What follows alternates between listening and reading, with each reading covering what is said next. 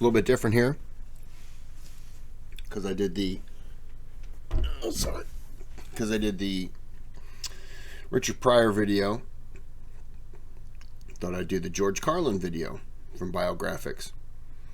I'm from Peoria. Pryor's from Peoria. But I grew up knowing more about Carlin than I did Pryor. Pryor was more 70s. I knew him from movies in the 80s and 90s. But Carlin, that was kind of his second wind. That's kind of where I got to know more about him. And kind of where I got to appreciate him. So, do the video. Tool to use to make a website for your brand and grow your business. More on them in a bit.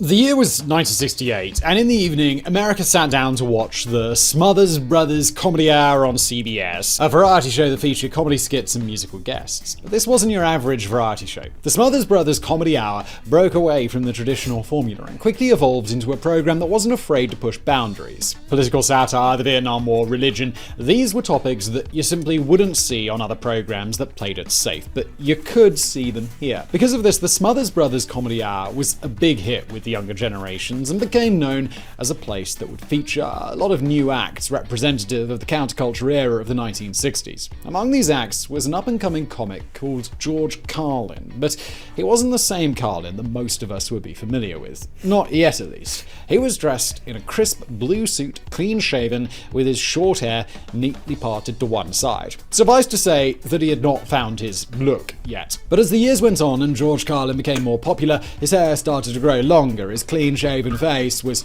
covered with a nice thick beard. His suits were replaced by plain black shirts. The well-groomed, wholesome and clean comic was slowly morphing into a scruffier, raunchier and more cynical comedian. And he had some things to say, and he was going to say them regardless of who got upset and what other people thought. And just like that, George Carlin became one of the loudest voices of his generation.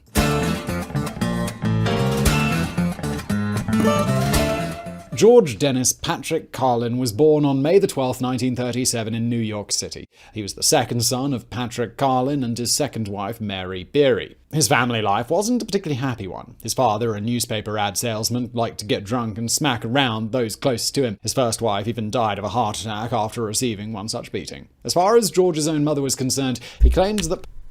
Damn.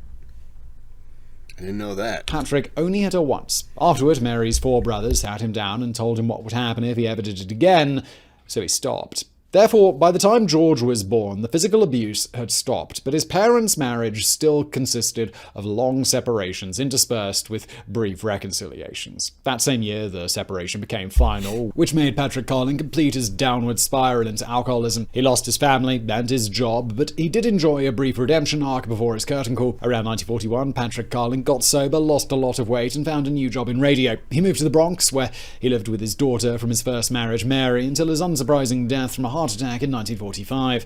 During this time, little George grew up in the Morningside Heights neighborhood of Manhattan, where he lived with his brother and his mother, who worked as an executive secretary. He learned to make do by himself. His mother had to work long hours to earn enough money, while his brother, who was 6 years older than him, often went out and left George alone. But this didn't bother him too much. He would make a simple meal for himself and then get lost in the world of comedy, whether it was through comics, radio, or later on television. Mad Magazine, Ballyhoo, Jack Benny. Okay. I'll always take care of you.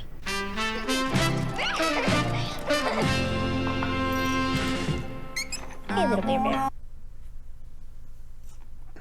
Ballyhoo, Jack Benny, Milton Berle, and Jackie Gleason. They were the ones who raised young George during his many hours of solitude. From a very young age, George Carlin discovered that he was meant to be a performer. Even as a toddler, he would entertain his mother and her friends at the office with new dances or impersonations of famous actors. This garnered him the 4 A's that he coveted: approval, attention, applause, approbation. He didn't get the same treatment in other aspects of his life. Carlin grew up in a decidedly Catholic environment: Catholic church, Catholic schools, Catholic camp, and yet Carlin realized early on that the Catholic stuff wasn't for him. That being said, George didn't mind his environment. Later Later on, he credited the progressive nuns at Corpus Christi School for helping to shape his curious and skeptical mind by encouraging their young students to ask questions about any and all topics. In school, George quickly adopted the role of class clown. He received both competition and mentorship from another student dubbed John Pigman, a natural performer that Carlin claimed to idolize. Pigman could burp on cue for 4 to 5 seconds, hence his name, but his greatest act that Carlin witnessed involved Pigman walking up to 2 old ladies,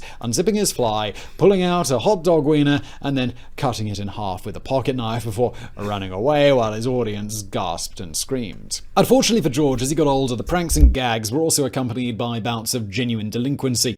In the 7th grade, he got caught stealing money from a locker, and while for a while it looked like he might not be allowed to graduate middle school, ultimately he struck a deal with the nuns, and Carlin graduated in exchange for writing the year-end play, which was titled How Do You Spend Your Leisure Time? In high school, George became a trumpeter, not because he had any particular affinity with the instrument, but because it was the only one they had in the house after his older brother stole it during a St. Patrick's Day parade. Other than that, high school was mostly a string of absences and detentions. George didn't find the same relaxed and encouraged learning environment as before, so as soon as he turned 16, he dropped out. Carlin enrolled in the Air Force, hoping to finish his service early and then use the GI Bill to train for a career in radio. When he was 17, he was sent to Barksdale Air Force Base in Bossier City, Louisiana, where he worked as a radar technician. To fill his time, George auditioned for a production of Golden Boy in Shreveport, where he met a guy named Joe Monroe, who was part of a radio station called KJOE. He allowed Carlin to come in for an audition, and later he hired him for weekend duty as a promo reader and substitute DJ. To nobody's surprise, Carlin wasn't made for military life. He got in trouble several times for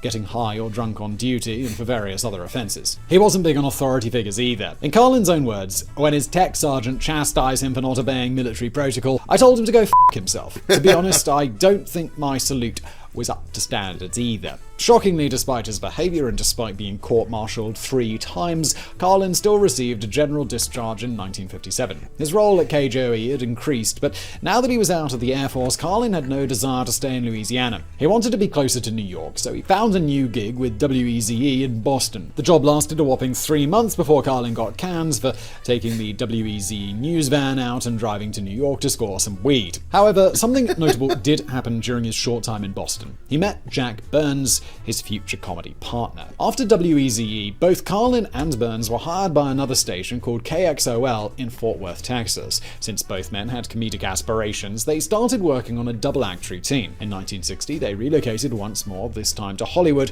where they served as morning DJs for K-Day Radio. Again, this was short-lived because a few months later, they dropped their radio gigs altogether to focus exclusively on comedy.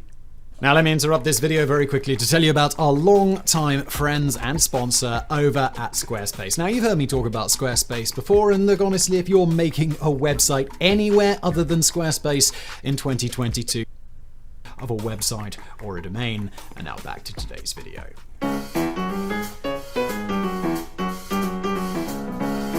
Burns and Carlin found some success playing at nightclubs in Hollywood. They appeared on The Tonight Show, which was hosted by Jack Pryor at the time. They even recorded their one and only comedy album during that year, titled Burns and Carlin at the Playboy Club Tonight, even though it wasn't released until 1963. The act split up after 2 years because both men wanted to go solo, but they remained close friends. On a personal level, George Carlin met his first wife around that time, Brendan Hosbrook. The two married in 1961 and stayed married until her death in 1997, and they had one daughter together named Kelly. With the new family, life on the road became more difficult for Carlin, so he decided to settle down in New York again and focus on the comedy scene there. In fact, he went back to his old neighborhood in Morningside Heights and found an apartment in the same building where he grew up. His budding solo career was aided by a few industry veterans who saw the potential in Carlin. One of them was Lenny Bruce, whom Carlin described as one of the few friends he had in the comedy business. In fact, Carlin was in the audience in December 1962 when Bruce was performing at the Gate of Horn in Chicago and got raided by the police for obscenity. Carlin refused to show his ID and got arrested.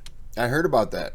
Yeah, he was really young, yeah. Stood and tossed in the paddy wagon right next to Lenny Bruce. Another comedian who lent a helping hand was Mort Sahl, the satirist. Jack Parr was out at The Tonight Show, and Johnny Carson was about to come in once his old contract expired, but until then, Sahl was temporarily filling in. He convinced the NBC execs to bring in some new comedians with anti-establishment material, and George Carlin was one of them. His first solo appearance on The Tonight Show saw him doing an impression of JFK, and it was a big hit with the audience. Television gigs started rolling in pretty steadily after that. The Merv Griffin Show, Mike Douglas, Jimmy Dean, the Kraft Summer Musical, and, of course, The Tonight Show with Johnny Carson, where Carlin appeared over 130 times during his career. Damn. All in all, Carlin made almost 60 television appearances in 1965 and 1966, and the following year he recorded his first solo comedy album, Takeoffs and Put-Ons. Carlin would continue recording comedy albums until his death, releasing another 17 albums during his lifetime and another one posthumously. His numerous TV appearances continued into the late 1960s, but by 1970, Carlin thought his act was growing stale. He felt like his routines were becoming too safe and bland due to the massive influence of the television on his career. By now, he wasn't a rookie trying to break into the industry anymore. He had established himself, and he thought it was time for the world to see the real George Carlin.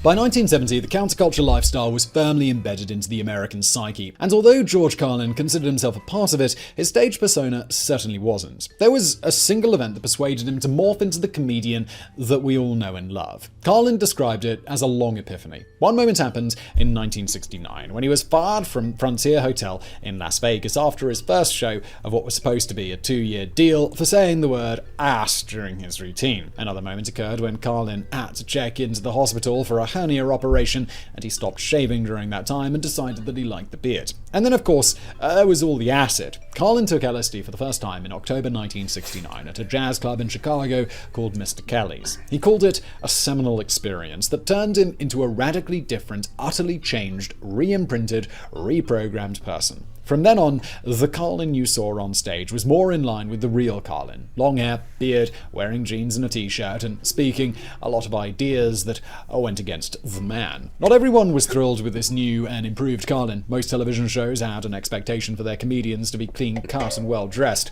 Nightclub promoters also weren't fans of his new edgy material. Carlin lost a lot of gigs because some places simply didn't want to stir the pot by featuring counterculture figures. His anti-Vietnam War material in particular garnered him plenty of heckles and even the occasional threat from veterans in the audience. But not everyone was opposed to the change. Some show hosts such as Steve Allen, Virginia Graham, David Frost, and Hugh Hefner had no problem with this new persona, and slowly but surely the audience was also getting used to the new George Carlin. Because the TV and nightclub appearances dwindled a bit, Carlin took the time to focus on his comedy albums. He released his second solo effort in 1972, and it was popular enough that it won the Grammy Award for Best Comedy Album, which was the first of 5 wins for Carlin. Titled FM and AM, it featured his classic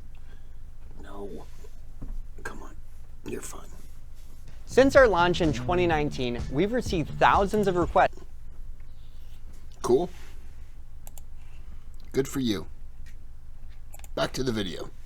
FM and AM, it featured his classic clean act on the AM side, while the FM side had raunchy counterculture material, thus marking Carlin's metamorphosis from straight-laced to hippie. But it would be his next album, released later that same year, that would turn Carlin into a controversial freedom of speech crusader. Titled Class Clown, the album ended with one of the most famous and infamous bits in comedy history: 7 words you can never say on television. The words that, according to Carlin, affect your soul, curve your spine, and keep the country from winning the war. And I know what you're thinking. What are these 7 words, Simon? Well, let's not repeat them here for the sake of my monetization. Later that same year, Carlin was arrested for performing the routine on stage at Summerfest in Milwaukee, just like his mentor Lenny Bruce before him. But this did not deter him. If anything, he doubled down on it, and Carlin recorded a sequel routine titled Filthy Words on his next album, Occupation Fool. Even though 7 words became Carlin's most well-known bit, it was actually... I'm trying to think of the 7 words.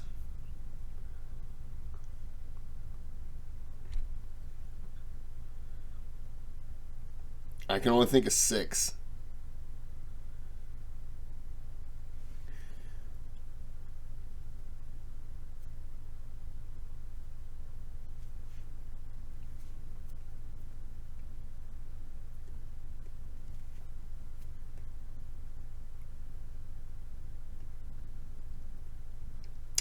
Okay.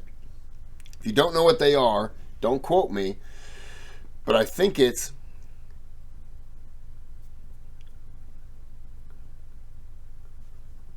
okay.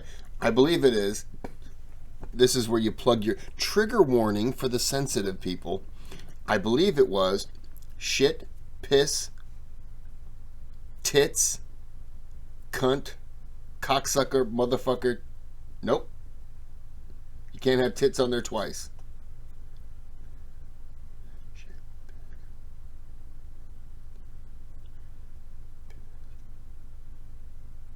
I don't remember now what the third one would be. I'm not going to get demonetized. So we're going to look it up right now so that we can all share together. George Carlin, 7 bad words. Oh, she's not going to say it to me?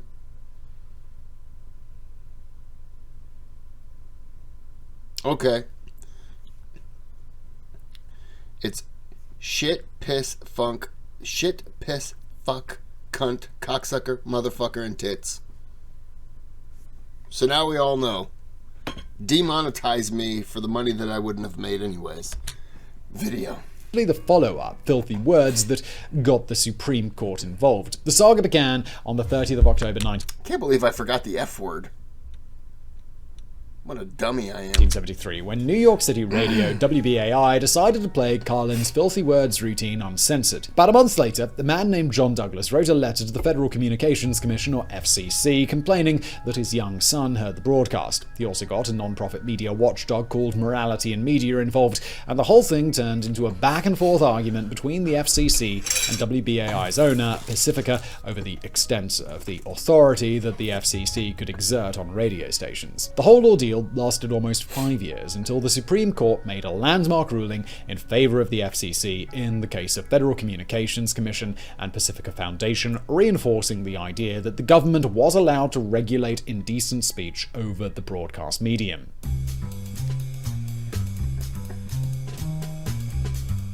The controversy brought on by the court case had no negative impact on Carlin's career, who became one of the biggest names in comedy during the 1970s. In 1975, George Carlin served as host for the very first episode of Saturday Night Live, but it didn't really leave an impression on him since Carlin was in the midst of an intense week-long drug binge at the time, and his memory was a little hazy. There was, however, a different medium that had a major impact on his career: HBO. The premium television network wouldn't really explode in popularity until the 1980s, but it still had a dedicated audience, and it offered something that nobody else did: uncensored comedy specials. The same show that you would see in a club with all the naughty language and obscene ideas in its entire length, just as the comedian envisioned it, delivered right into your living room. Carlin's first HBO special was released in 1977, simply titled George Carlin at USC. It would be followed by 13 more specials, which for many people became the preferred way to enjoy Carlin's new comedy routines over the traditional albums.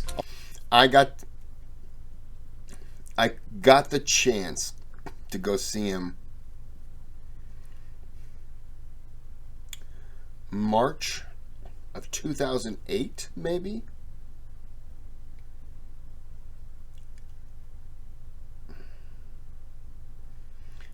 And I wasn't able to go, and then he never showed up back in Peoria, and he died.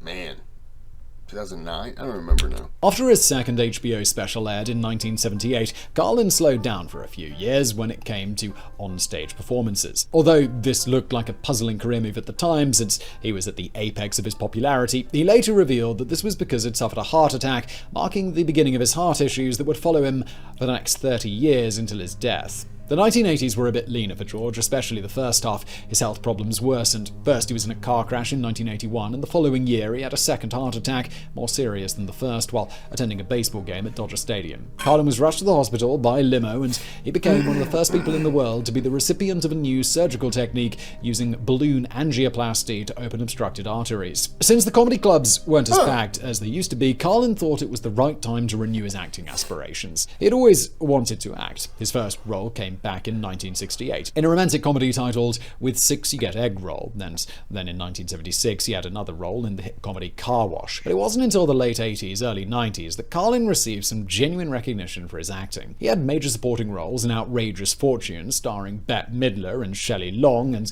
The Prince of Tides with Nick Nolte and Barbara Streisand. But it was his role as Rufus in the Bill and Ted pair of sci-fi comedies that introduced George Carlin to a new generation of comedy enthusiasts. In television, Carlin had a few small roles and produced a pilot for HBO that never got picked up. But his longest and the most surprising memorable role was that of Mr. Conductor on the kids' show Shining Time Station, based on the British show Thomas the Tank Engine. That's right, Thomas the Train. Come on. Good for you. On the British show Thomas the Tank Engine. It wasn't a role you expected from Carlin, but that may be exactly why you wanted it, and he played it for 5 years.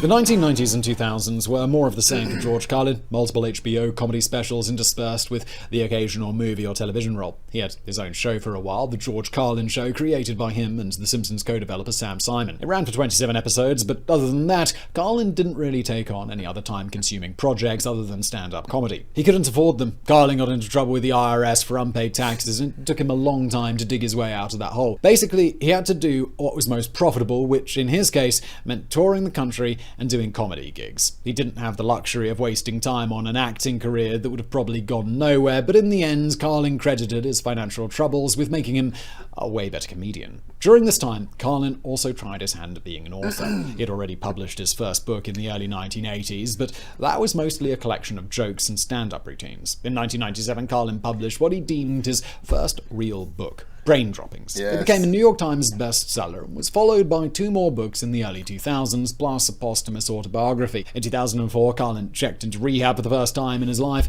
ending a He also had Napalm and Silly Putty.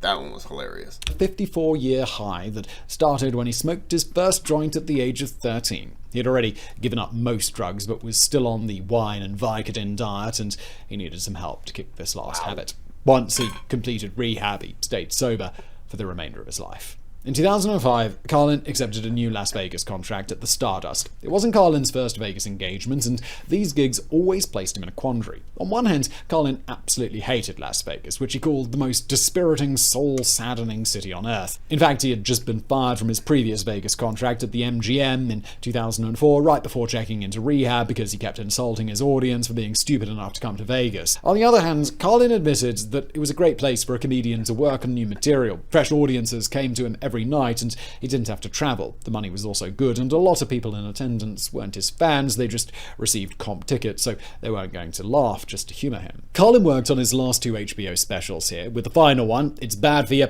coming out just a few months before his death. On June the 18th, 2008, Carlin was awarded the Mark Twain Prize for American Humor by the Kennedy Center. In a statement, Carlin responded, "Thank you, Mr. Twain. Have your people call my people." 5 days later, he died of heart failure, aged 71. He had just performed a show a week earlier, and he had already begun work on his next HBO special, and was also writing a one-man Broadway show called Watch My Language. When George Carlin was asked in interviews why he kept working so hard in his old age, he liked to quote master cellist Pablo Casals, who said, "Well, I'm beginning to notice some improvement." Yeah, March of 2008. I didn't realize he died that soon after. He would have showed up...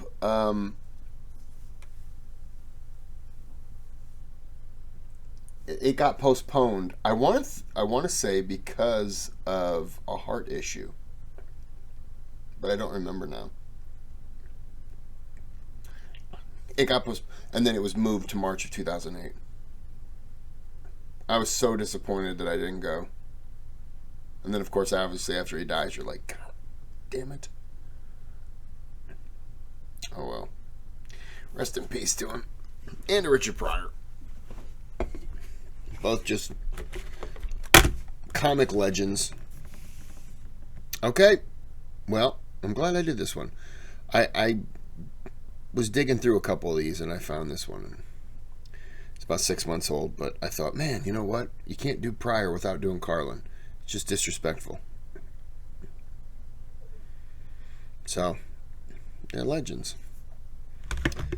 Mount Rushmore, definitely, to me, both of those two. The other two, I don't know. I guess it would just be kind of maybe your opinion on that. They would be in mine, for sure. So I'm going to end this here. Like and subscribe. And thanks for watching. Have a good day. Have a good night.